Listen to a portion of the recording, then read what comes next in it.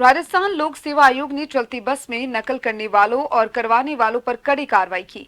राजस्थान लोक सेवा आयोग 7 लड़कियों सहित सभी 46 परीक्षार्थियों को आरपीएससी के भविष्य में ली जाने वाली किसी भी परीक्षा के लिए ब्लैकलिस्ट कर दिया है।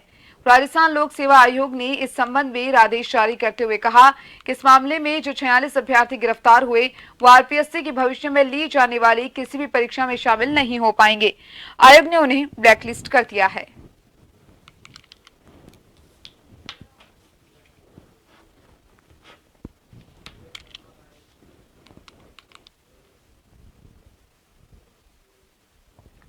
और इस खबर पर ज्यादा जानकारी के लिए मेरे साथ संवाददाता विवेक शर्मा लाइव जुड़ चुके हैं।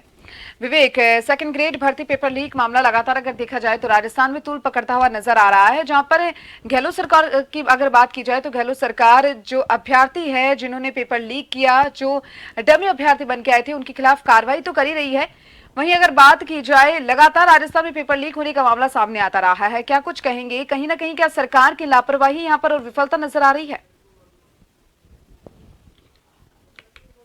बिल्कुल, देखिए राजस्थान में आरपीएससी की ओर से आयोजित वरिष्ठ शिक्षक भर्ती परीक्षा 2022 में नकल मामले का खुलासा उदयपुर पुलिस की ओर से करने के बाद एक बार फिर राज्य सरकार पर सवाल खड़े हुए हैं।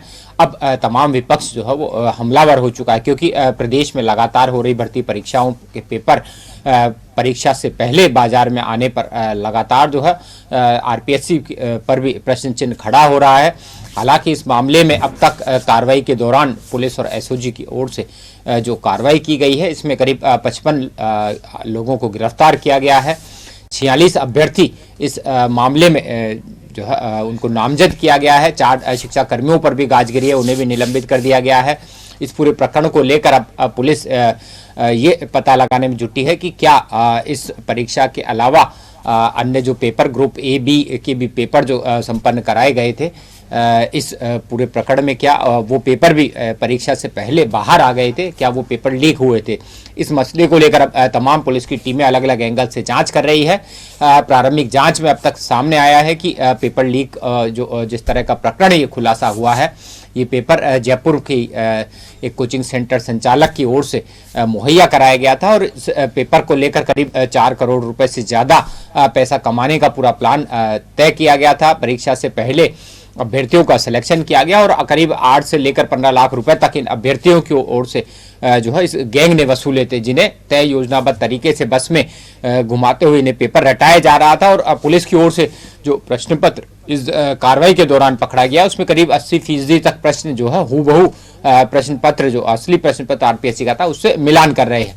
तो प्रारंभिक तौर पर यह माना जा रहा है कि पेपर तय समय परीक्षा से पहले इसको लीक किया गया था और फिर एक चेन सिस्टम के जरिए पेपर उदयपुर तक पहुंचा था। जालोर गैंग इसमें सक्रिय थी और तमाम अभ्यर्थियों को भर्ती परीक्षा दिलाने तक पेपर पूरी तरह रटाने का प्लान रटा गया, पूरा तैयार किया गया था और बस के जरिए तमाम अभ्यर्थियों को लिया जा रहा था।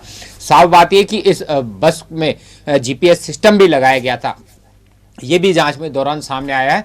माना जा रहा है कि जीपीएस सिस्टम के जरिए इस गिरोह के जो कर्ता धर्ता थे वे लगातार ही निगरानी रख रहे थे कि क्या इस बस का लोकेशन और के जरिए मूवमेंट को जांचा जा रहा था कि इस बस का मूवमेंट क्या सही जगह पर है, क्या बच्चों को सही सेंटर तक पहुंचाने में है, या फिर अगर पुलिस की कार्रवाई की भनक ही नहीं लगती तो पहले ही जो बस की लोकेशन बदलते ही ये गिरोह जो है वो अपने साथियों के साथ फरार हो जाता।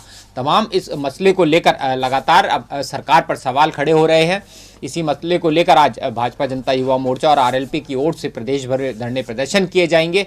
इससे पहले अभ्यर्थियों और बेरोजगार युवाओं की ओर से भी धरना प्रदर्शन कर राज्य सरकार के खिलाफ नारेबाजी की गई है। फिलहाल इस मामले को लेकर आरपीएससी की ओर से पुलिस जांच का इंतजार है कि आखिर पुलिस जांच में इस नकल मामले को लेकर क्या कुछ पुलिस के हाथ लगता है। लेकिन ये तय माना जा रहा है कि जिस मास्टरमाइंड सुरेश ढाका को राजस्थान एसओजी पुलिस ढूंढ रही थी, वो इस पूरे पेपर लीक मामले से उसके तार जुड़े होने सामने आए हैं।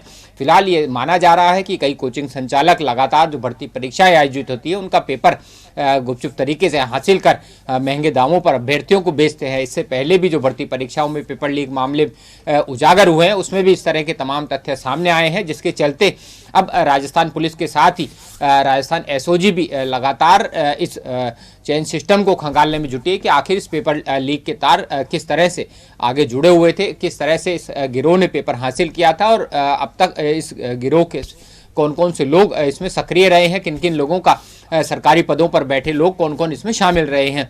फिलहाल पूरे मामले को लेकर पुलिस की तकनीकी सेल भी इस मामले में जांच में जुटी है कि क्या सोशल मीडिया के जरिए इस पेपर को अन्य जिलों में भी भेजा गया था, क्योंकि 21 से लेकर 27 दिसंबर तक वरिष्ठ शिक्षक जो भर्ती थी इसकी परीक्षाएं अलग अलग दिनों में ग्रुप वाइज होनी थी। ABC ग्रुप इसमें बनाए गए थे, तमाम ग्रुप्स के अनुसार इसकी परीक्षा का आयोजन किया जाना था। नकल मामले को रोकने के लिए हालांकि आरपीएससी की ओर से प्रभावी जो कार्रवाई की गई थी। इससे पहले सेंटरों पर 1 घंटे पहले अभ्यर्थियों को प्रवेश लेना था, साथ ही अभ्यर्थियों की कड़ी सघन निगरानी रखी जा रही थी, उनकी जांच पड़ताल करके उन्हें परीक्षा केंद्र पर प्रवेश दिया जा रहा था। साथ ही सीसीटीवी कैमरों और फ्लाइंग स्क्वाड के जरिए भी लगातार निगरानी रखी जा रही थी।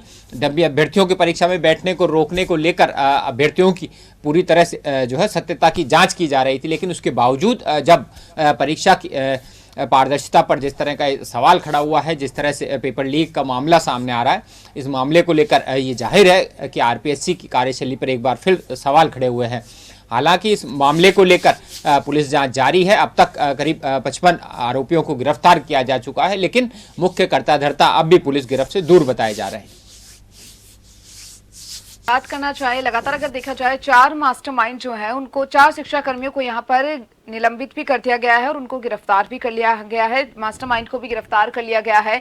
अब ऐसे में लेकिन बात करें गहलोत सरकार की तरफ, विपक्ष लगातार हमलावर यहाँ पर साबित हो रहा है, क्योंकि जाहिर सी बात है राजस्थान में अगर देखा जाए तो लगातार पेपर लीक हो रहे हैं, लगातार विपक्ष निशाना साध रहा है। तो वही मुख्यमंत्री गहलोत का एक बयान सामने आया है जिसमें उन्होंने कहा कि पुलिस लगातार अपराधियों को पकड़ रही है, जो भी ये पेपर लीक कर रहे हैं उनको लगातार पुलिस उनकी तरफ दबिश दे रही है।